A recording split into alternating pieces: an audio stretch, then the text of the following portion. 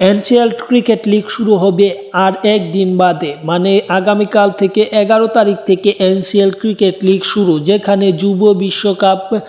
থেকে অনেক প্লেয়ারই দল পেয়েছে। তার মধ্যে টুর্নামেন্ট শুরু হবার আগে জানা গেল এনসিএল টি-20 খেলবেন যুব এশিয়া কাপ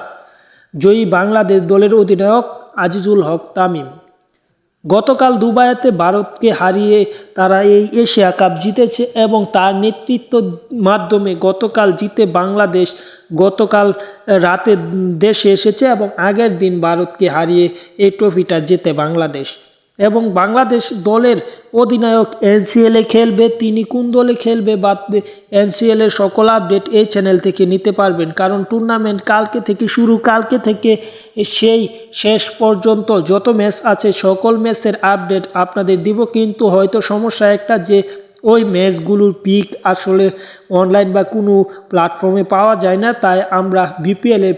পিক বা ছবি দিয়ে এনসিএল